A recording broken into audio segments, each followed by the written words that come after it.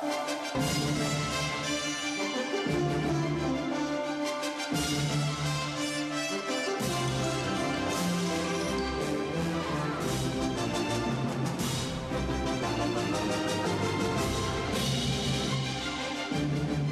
from the Pope John Paul II Cultural Center in Washington, D.C., Raymond Arroyo.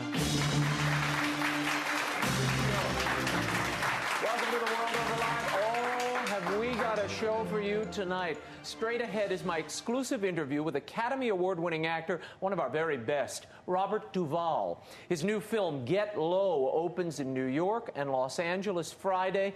I talked with him about the film, some of his other iconic roles, and his attraction to projects focused on faith and redemption.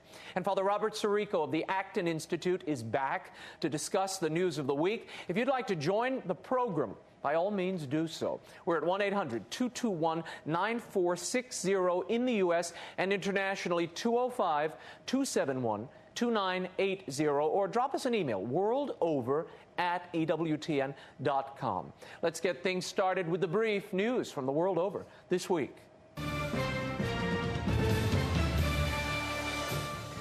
The showdown over Arizona's new immigration law played out in court and on the streets. As the law took effect earlier this week, angry protesters in Phoenix, across the U.S., and even in Mexico City chanted in solidarity with illegal immigrants. Dozens were arrested. Arizona Governor Jan Brewer is appealing Judge Susan Bolton's ruling as the state seeks to preserve key parts of the legislation.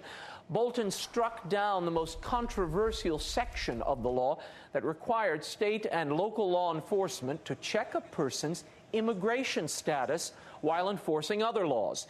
In a statement, Arizona's bishops and the chair of the U.S. Bishops' Committee on Migration applauded Judge Bolton's ruling and again called for federal legislative action on the matter.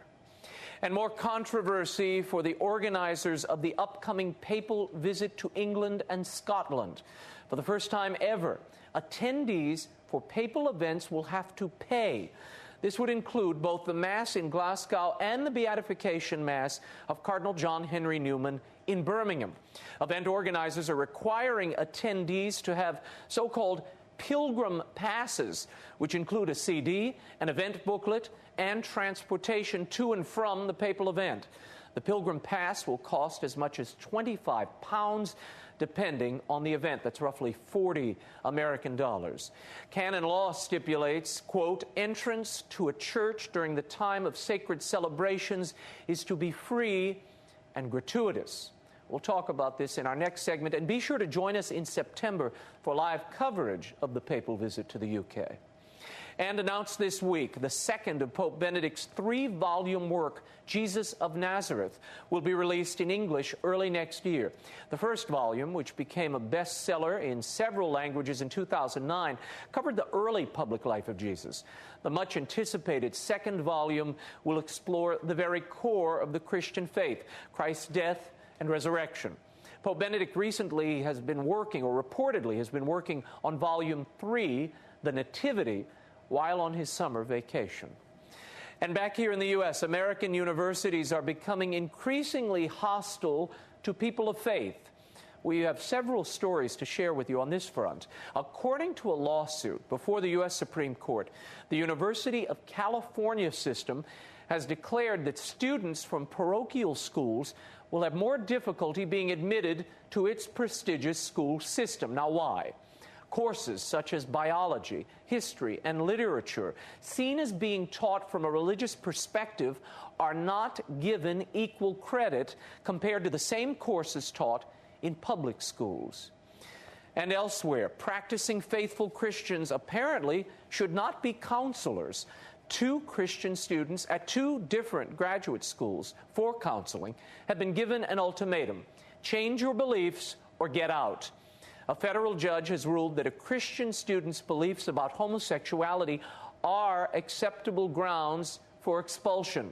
Julia Ward was removed from Eastern Michigan University after she reassigned a client who sought help with a homosexual relationship. Due to her own beliefs, Ward thought she wouldn't be able to help the client. She was expelled. And in Georgia, Jennifer Keaton has sued Augusta State University after being singled out for remedial gay sensitivity training under threat of expulsion. She expressed her belief inside and outside the classroom that homosexual conduct is morally wrong. She is suing the university. Keaton's attorneys argue one should not have to abandon one's religious beliefs in order to retain a degree or obtain a degree. Augusta State declined comment on the litigation. And some good news out of the University of Illinois. After an outcry from Christians and even atheists, a Catholic professor recently fired for presenting church teaching on homosexuality during a course on Catholicism has been rehired.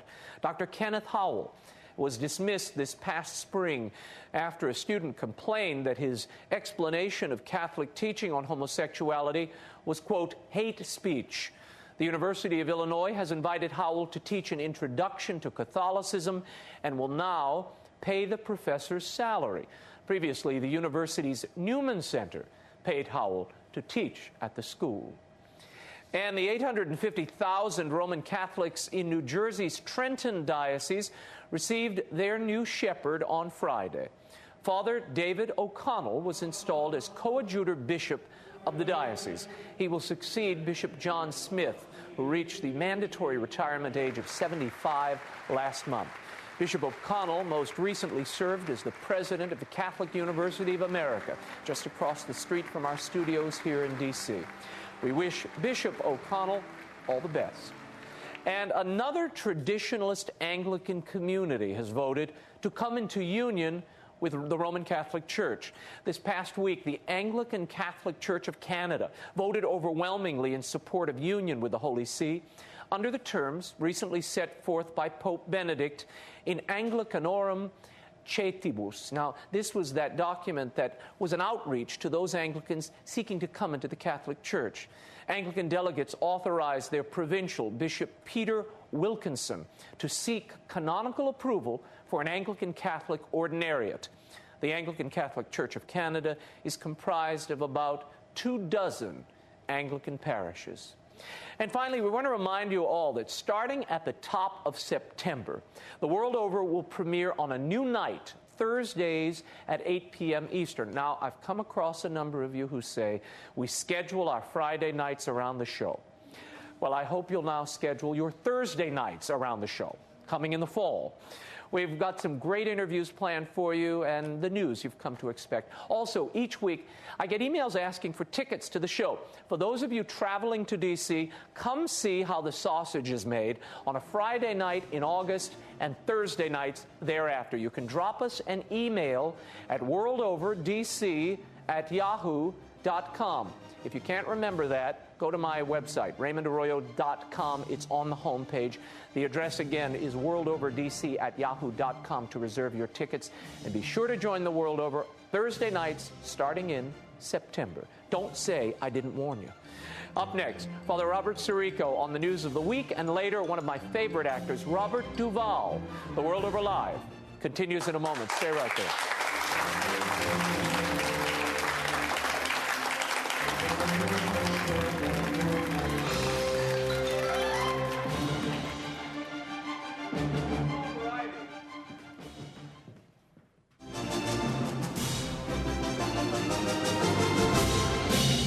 Now, once again, Raymond Arroyo.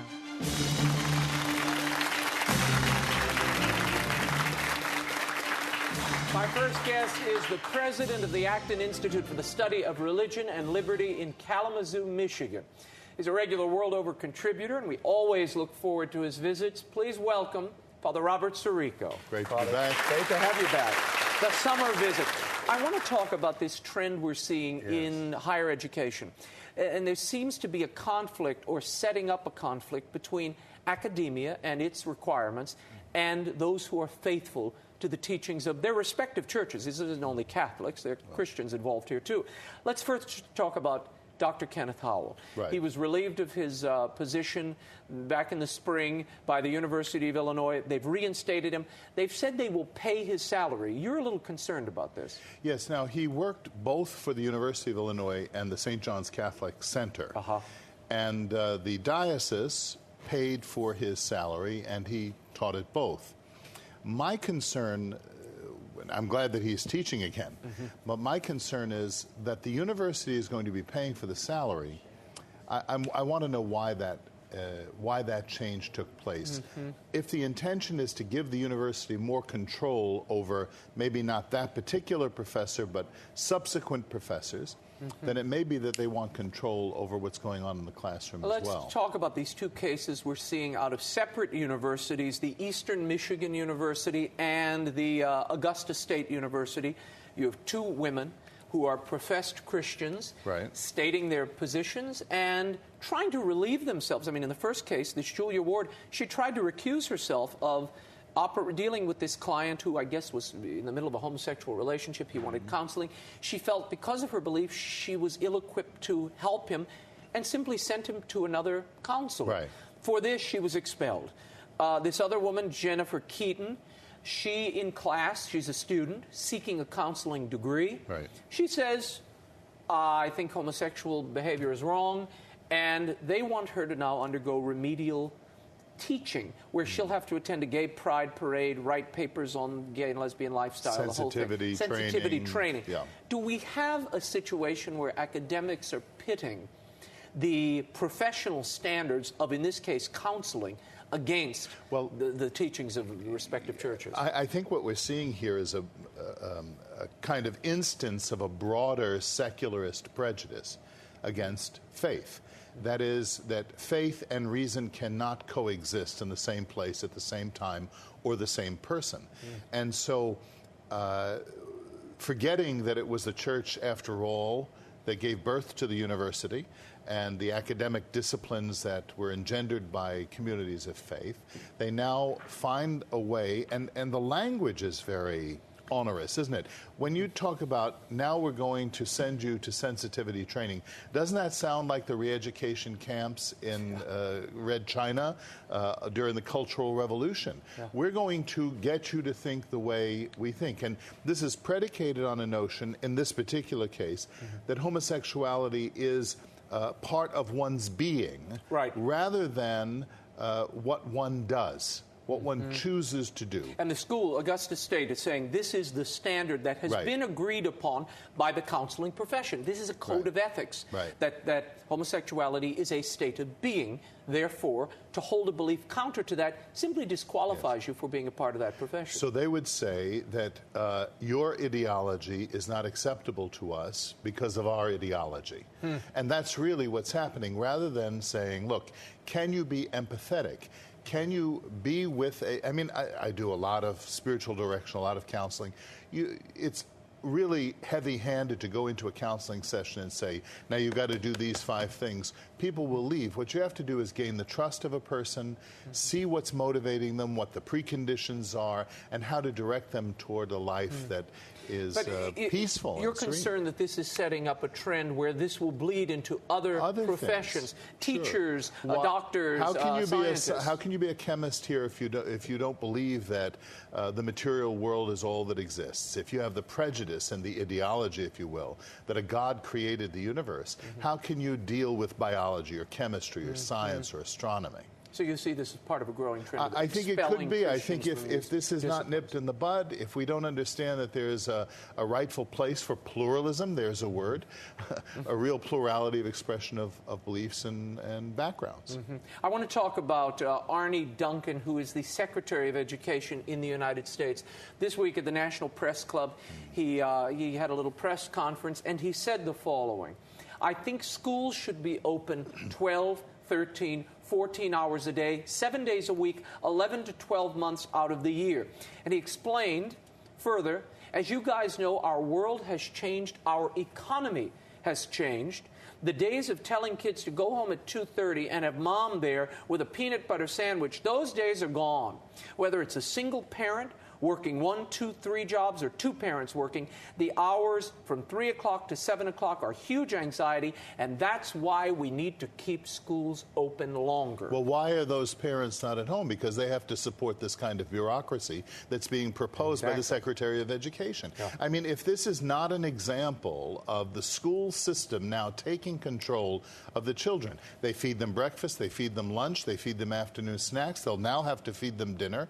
They'll be their They feed them moral ideology mentors, and secularism all along of it, the way. all of it, and making sure that all of these teachers, of course, don't embrace or much less say anything about Christian faith or belief in God. So what this is, if this is not a step in the direction of totalitarianism, I don't know what is. Just from a secular viewpoint, though, the parent, whoever that parent is, they are the primary teacher of that child, not the state. I would hope so. But if the kid is in switch. school 12 hours a day, Who's going to be? who's the primary educator? Already, the situation is that the schools are the primary educators. And part of the problem is not just the bureaucracy, which is bad enough, but it's the parents themselves who have abdicated their role and responsibility. This applies to the church as well. You send your kids to CCD and say, well, that's the responsibility of the church to see to it that my children are formed in the faith. Well, that's why they graduate from the Catholic Church when they receive the sacrament of confirmation. No, parents have to be involved in all of the parts of their children's lives, most especially those most sensitive and formative parts. If you have a comment or you have a question for us, give us a call, 1-800 221-9460, or you can email us worldover@ewtn.com. Internationally, 011, I think, 205-271-2980. The number is there on your screen. We will get to those calls and questions soon. While we're talking about internationally, I was just in England recently doing some prep for the papal visit, visited Cardinal Newman's rooms at the Birmingham Oratory and Westminster Hall and Abbey. It was an incredible visit, which we'll share with you. Really in need of good archives there to preserve those valuable papers. No, you have the actual writings of Cardinal Newman in his hand. This incredible sitting works, on a table, sitting in a box in a musty closet. I mean, they really do need appropriate archives. We'll talk about that in the coming weeks. Yes.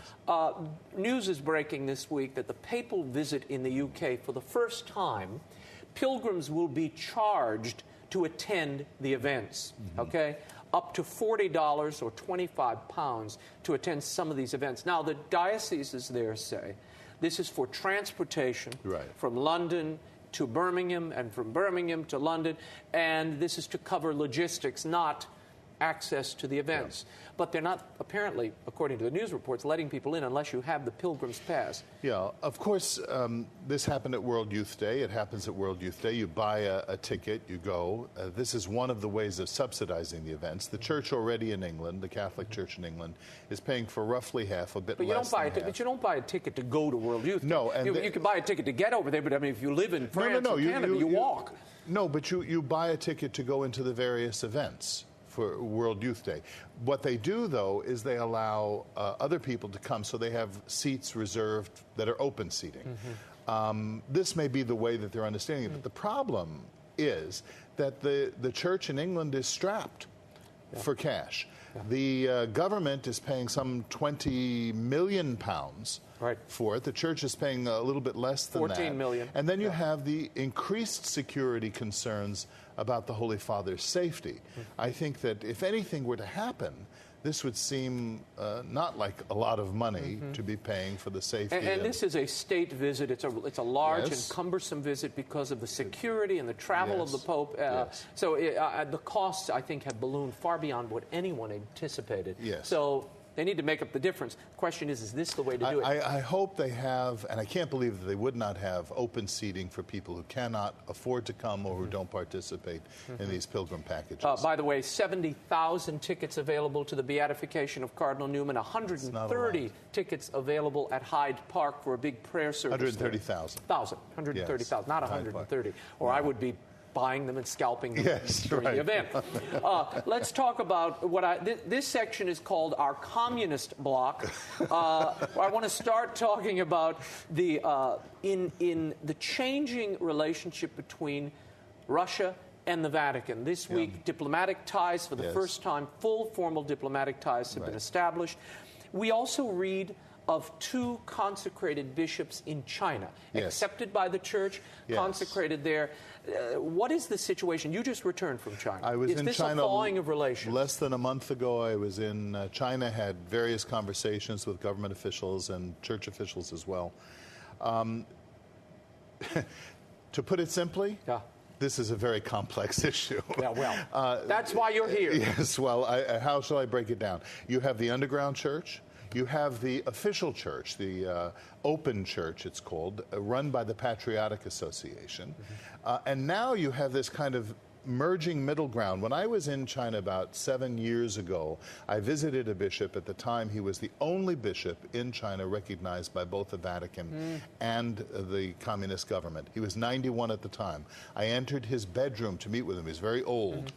And there was a representative of the government there. And I thought, well, how are we going to converse if I do it through translation?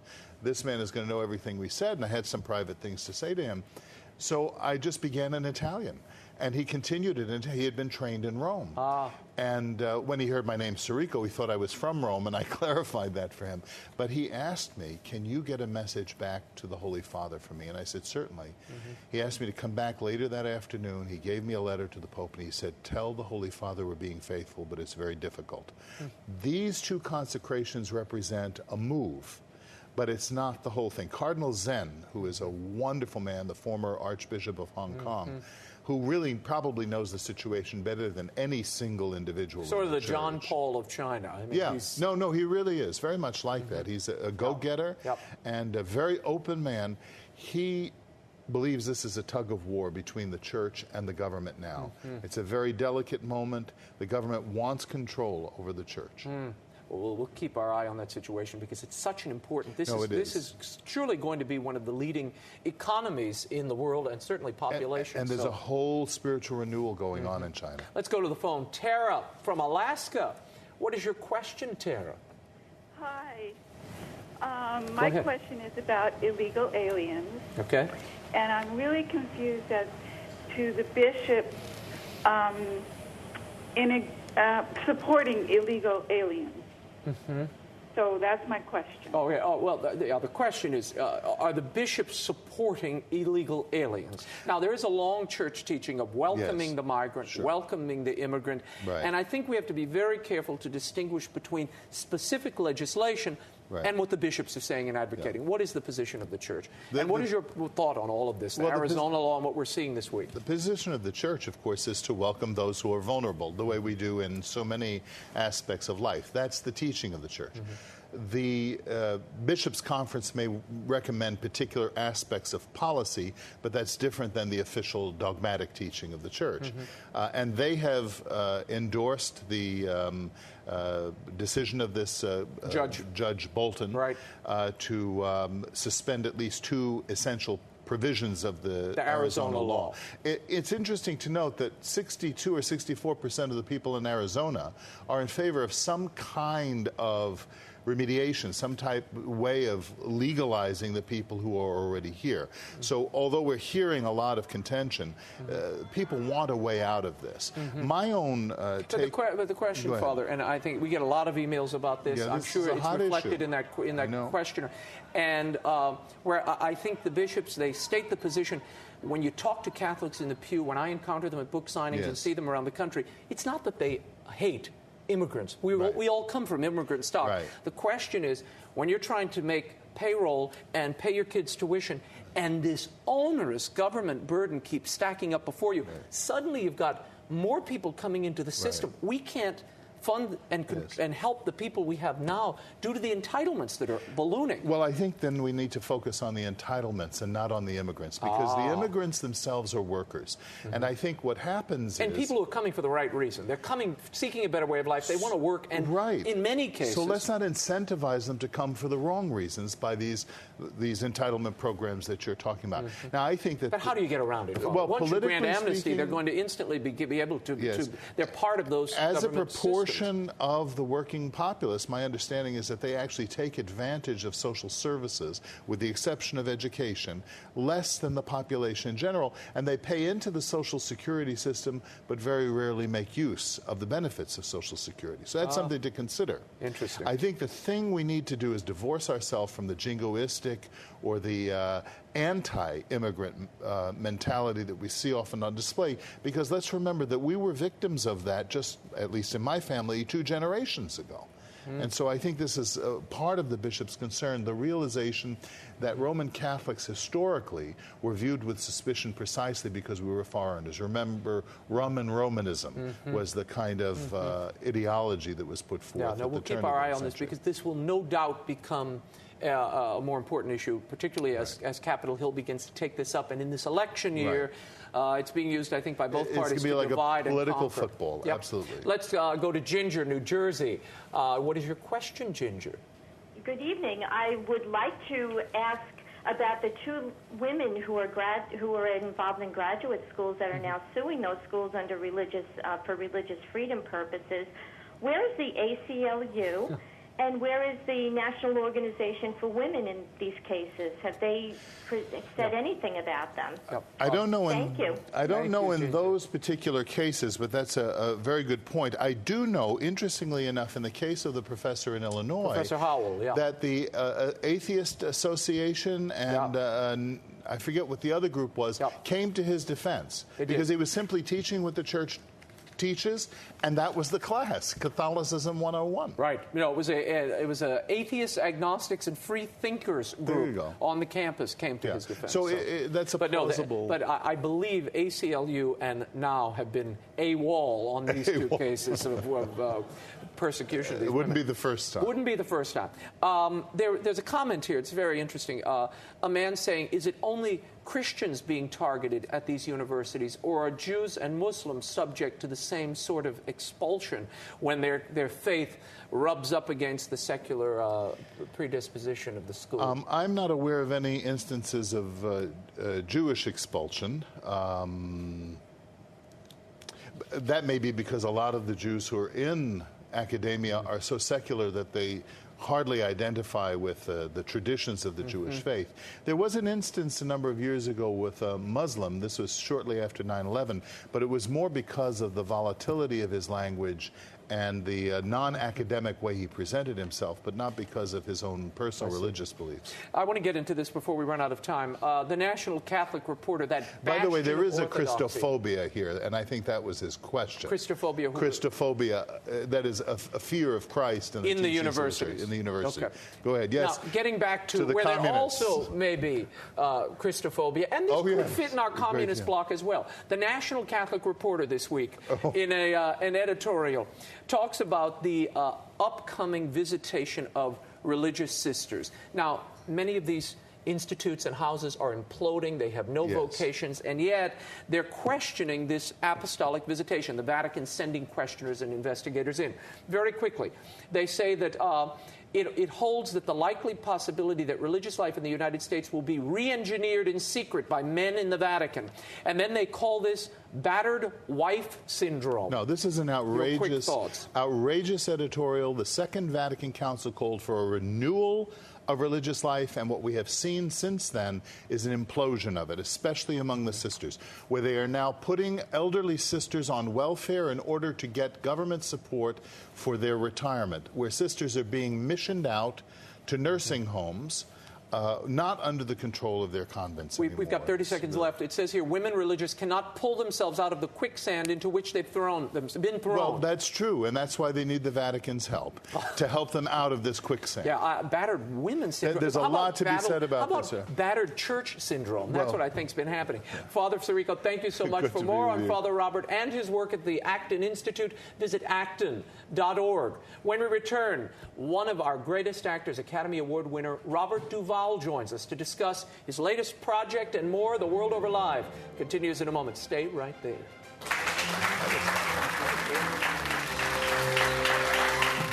Need a funeral. For whom? Me. For you. You want to buy a funeral for you? Am I not talking right? I'm sorry, sir. Are you sick? Everybody dies. You lost of the church again.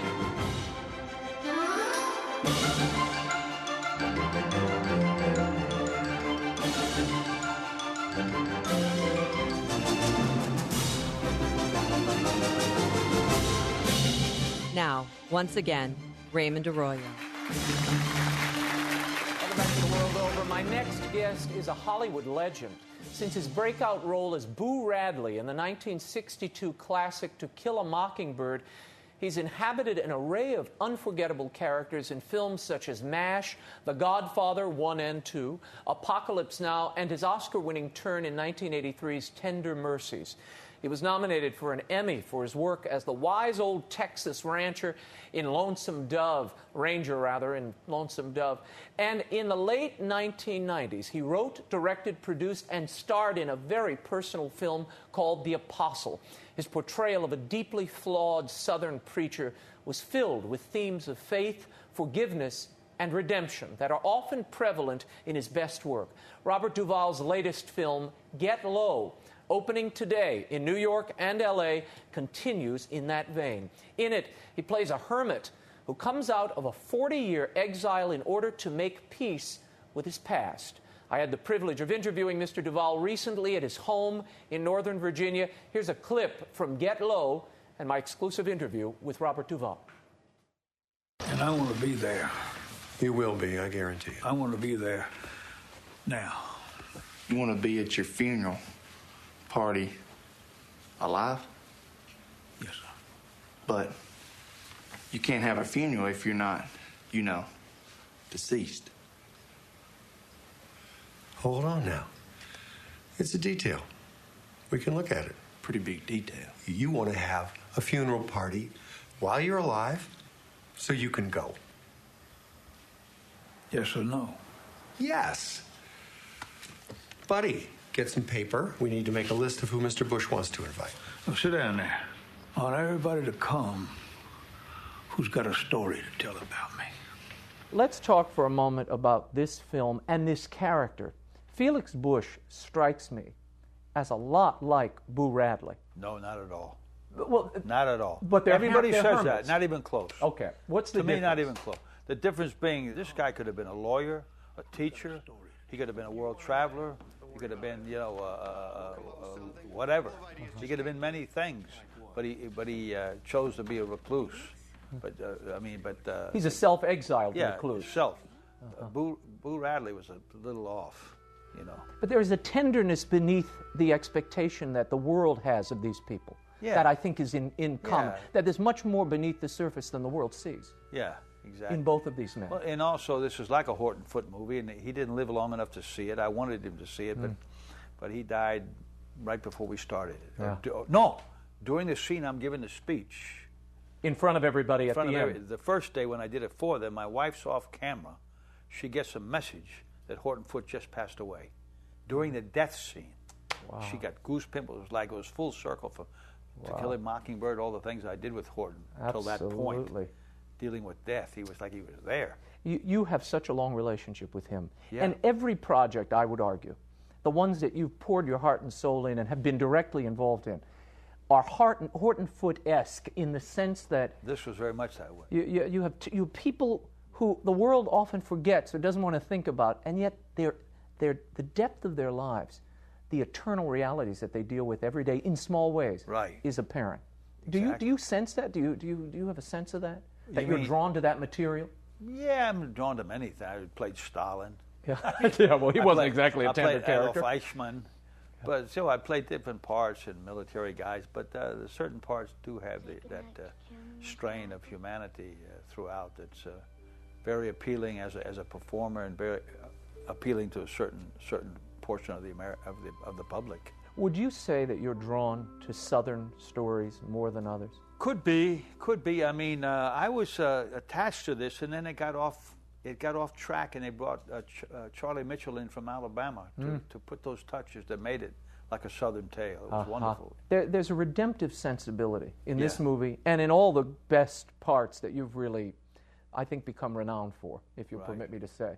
Do you, as an actor, are you drawn to characters that have a sense of redemption in them and tales that are redemptive? It happens to be that, but I don't think about it consciously or intellectually. It's just something I But you're drawn to it nonetheless. yeah, well, you know, yeah, interesting characters, absolutely. I mean, as long as there's drama and contradictions, and they're not all one thing.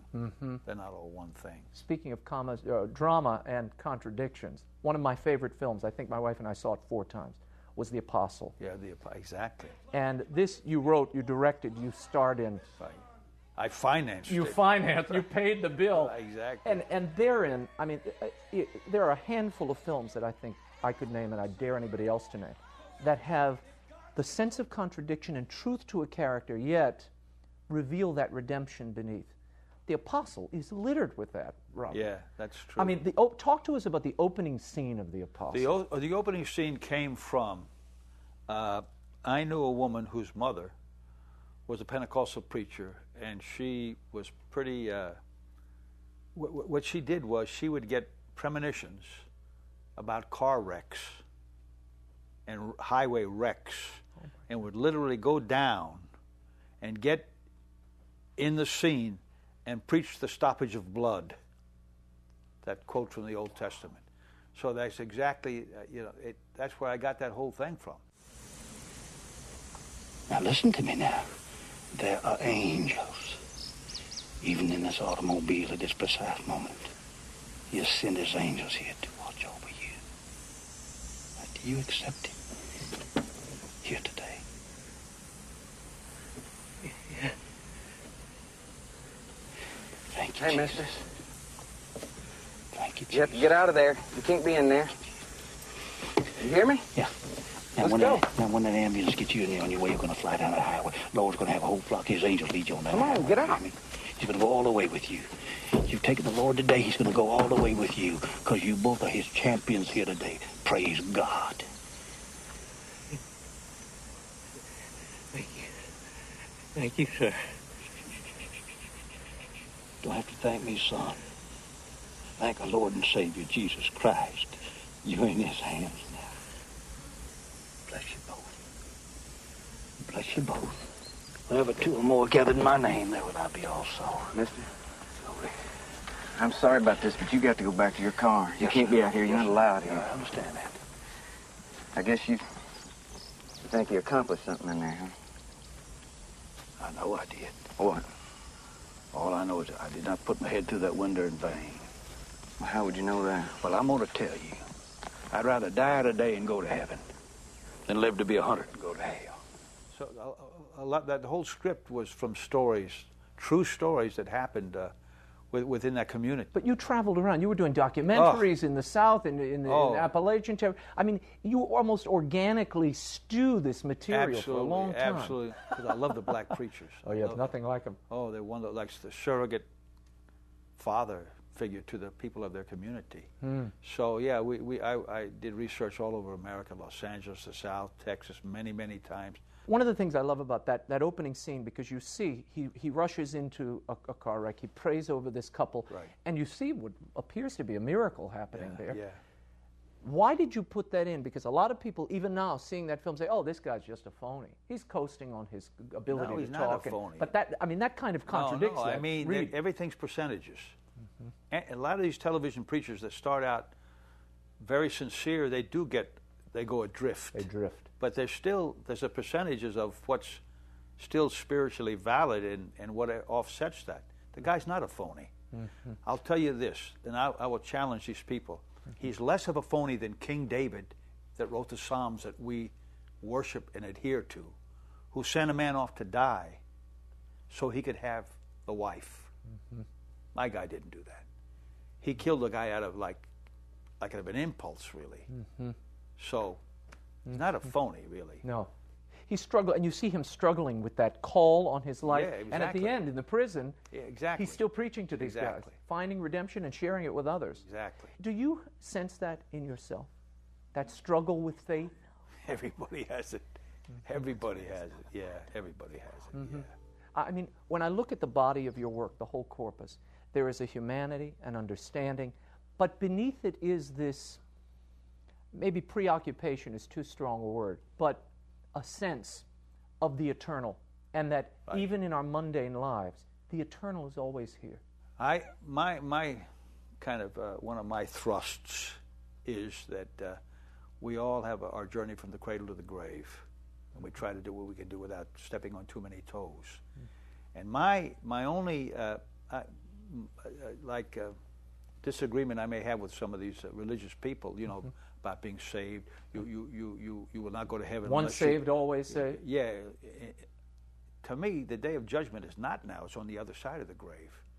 And how can a human preacher say you're either going to go to heaven or you're not going to go to heaven? It's on the other side of the grave, the day of judgment. It's a work in progress until Absolutely. that gavel comes down.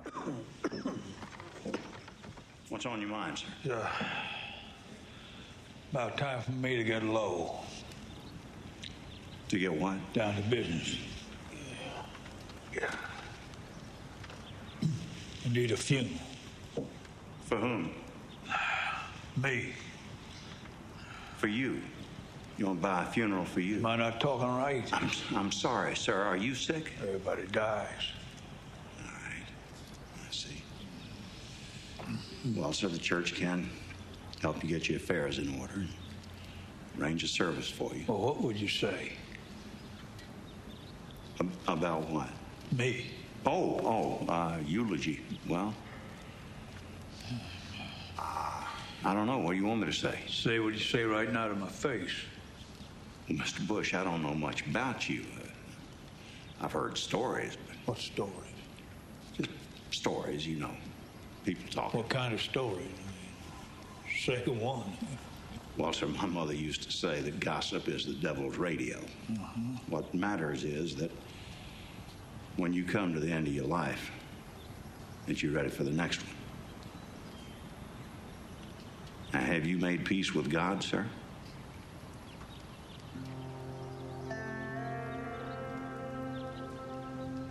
I paid. Mr. Bush, you can't buy forgiveness. It's free, but you do have to ask for it. One of the things I loved about Get Low, first of all, tell me about that title, Get Low. What's your read on that? Well, if you ask the director and everybody involved with this, they'll have a different answer.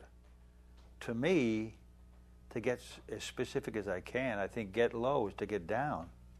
Get down for Jesus. Get down. You're still above the ground, but you get low and find your sense of humility or whatever to get down to the basics, down to spiritual business. And this character you play, Felix Bush, he carries this burden with him. Yes. I mean, he exiles himself to the woods. He carries this secret that we don't really learn until much later. Well, how did you prepare for this role? I mean, this man's a loner, living alone in the woods. Did you cordon yourself off from friends and family? We vacation at least once a year, usually in Argentina, where Luciano's people are from northern Argentina. And I remember that long speech and a lot of those things. I just sat facing the South American Andes, the mountains, and just contemplated and worked on it. I think working for a sense of solitude, to find that sense of solitude. You fill these moments with this unspoken truth that isn't in the script. Nothing funny is happening in the background. It's just there. Yeah. How do you prepare for that? You just do that. You just do that. You think of this, think of the character. And actually, one of the money guys from Germany, when it was all over, a German, hit it on the head that none of us had thought of. He said, this movie is a love story. It's a love story. Going back in time to the woman, everything. Yeah, it all comes back. It comes full circle. Absolutely. And this notion that we have to make amends before we go. We have to confess. We have to somehow deal with the stuff of life and the mistakes we make in life. Absolutely. That's what he's done for many years, and he finds he has an illness, and before he really goes, he sets up and has his own funeral, a make-believe funeral before he has the real one, where he won't be there. Yeah. And this is based on a real guy, but fictionalized. Now, I'm not a smart man or a wise one. I don't know what kind of man I am. I was always restless. Thought I'd see the world. But I didn't go nowhere on purpose because I did something I was ashamed of, something I could never fix. Y'all probably think you know what you do or what you wouldn't, and I wish you good luck with that, I really do.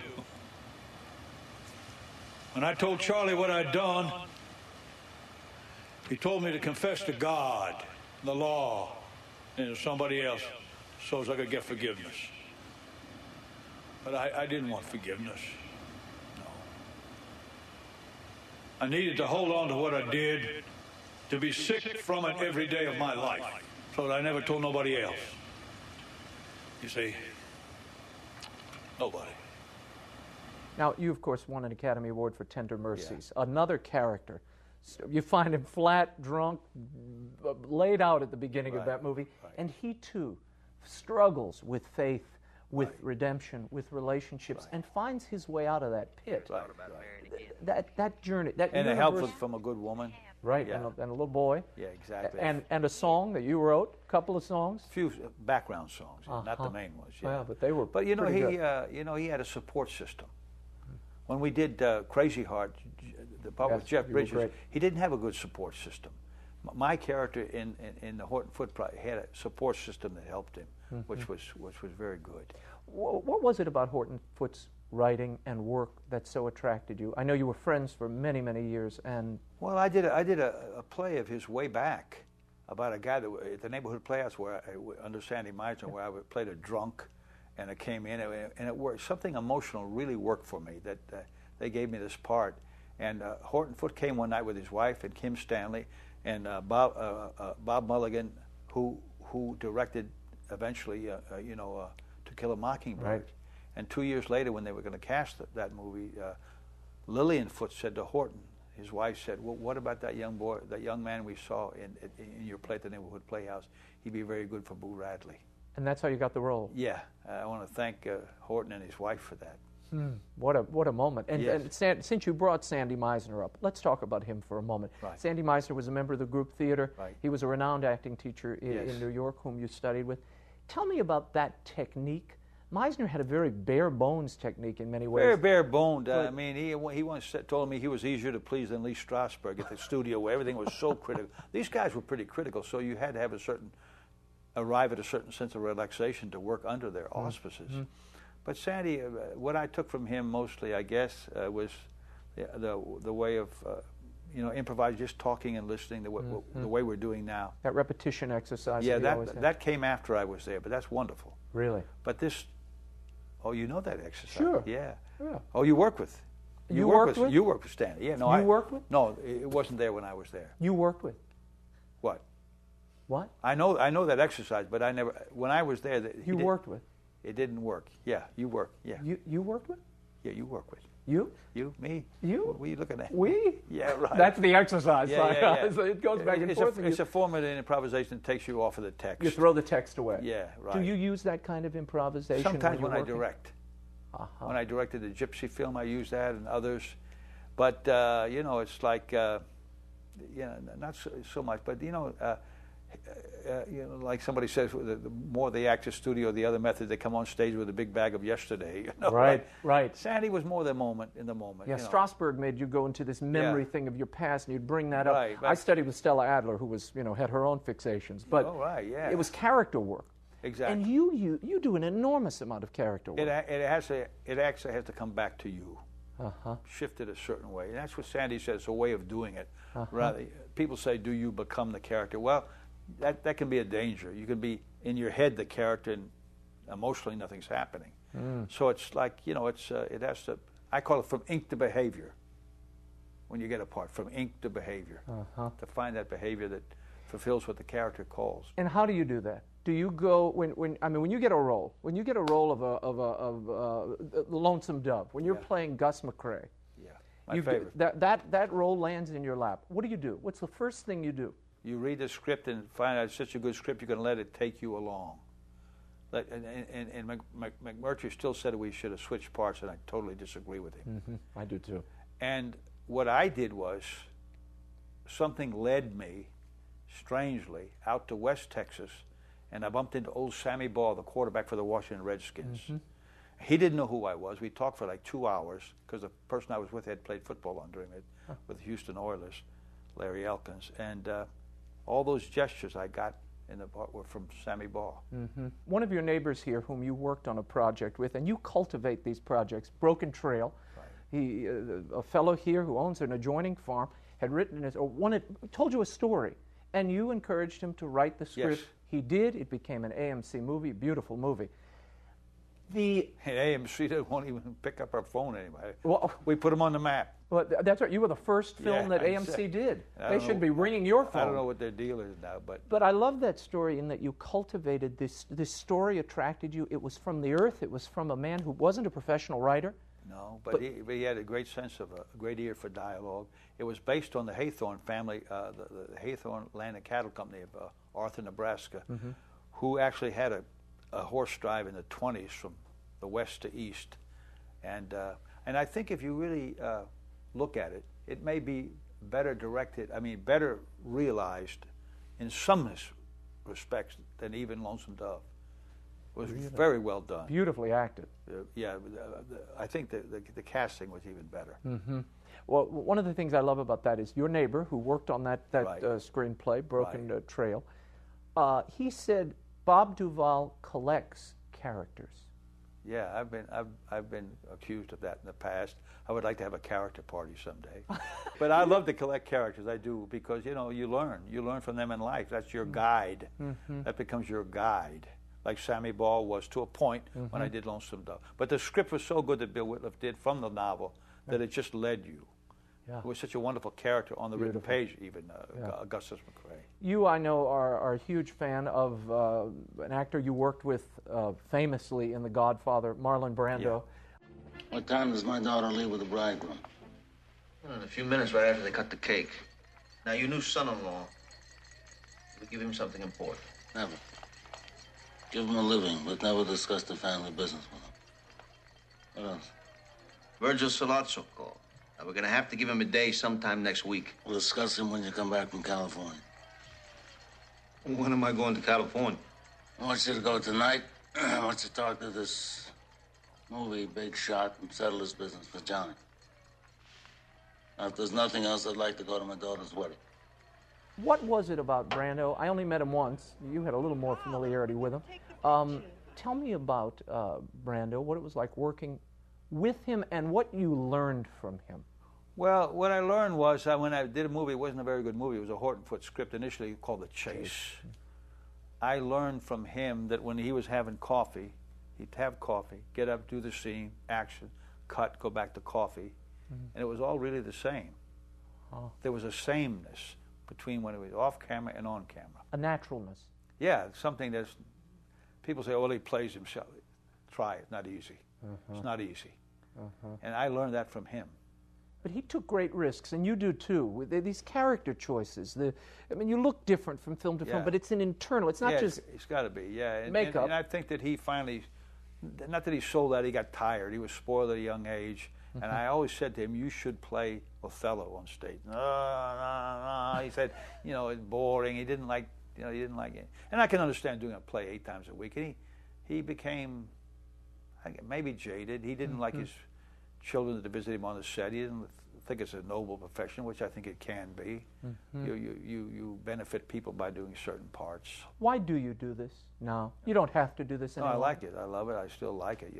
People offer me parts. They haven't wiped the drool yet, so why not? Keep going. And there's some really good parts coming my way now, if they can get the money for them. Right. I hear you're working on La Mancha. Yeah, they want you to play La Mancha. Yeah, Man from Don Quixote, which I understand recently when I was in Texas, that Larry McMurtry based some of his concepts of Lonesome Dove on Don Quixote. Somebody told me that. Interesting. Yeah. What else do you have in the hopper? Well, I'm going to do a movie called 7 Days from Utopia about golf. It's kind of a nice, feel-good, kind of not a Christian movie, but a nice movie, and about golf and about, relationships. And then we're trying to get the Hatfields and McCoys off the ground. Eric Roth has written a brilliant script. I saw that. What a script. I want to return to Get Low before we go. What do you want people to take away from this film? People always ask me that, and I never know what to say. They take away whatever they get from it, a certain sense of humanity, because I don't know about message movies, but a certain sense of humanity. And like that German soccer player said, it is a love story. And none of us connected with that film had ever thought of that.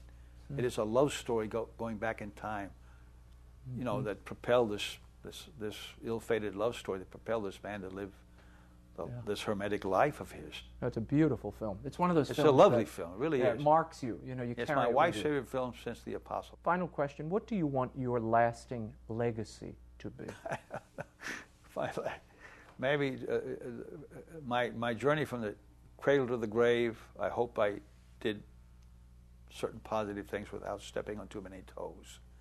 Well, you've certainly done it here. Thank you so much. Thank you for coming. Thank you for coming. Great actor, a delightful man. Get Low is out now in New York and Los Angeles. Over the next few weeks, it'll open in other select cities throughout the United States, and it'll be in theaters nationwide by August 27th. Check your local listings before you go, and you should go. Until next week, you can find updates and the occasional commentary by following me on Twitter at twitter.com/Raymond Arroyo or on my Facebook fan page. Those of you who follow me will get previews of each show and additional news. And you can always find me at RaymondArroyo.com. The prayers and personal devotions of Mother Angelica. I edited the book, I forget the title. And the entire Mother Angelica collection, including my biography of Mother, are available at bookstores everywhere and through the EWTN Religious Catalog. And remember, starting in September, the world over will move to Thursday nights at 8 p.m. live. Please adjust your schedules accordingly. Until next week, we'll be scouting the world over for all that is seen and unseen. On behalf of the staff and crew of EWTN News, I'm Raymond Arroyo. Thanks for watching. We'll see you next time.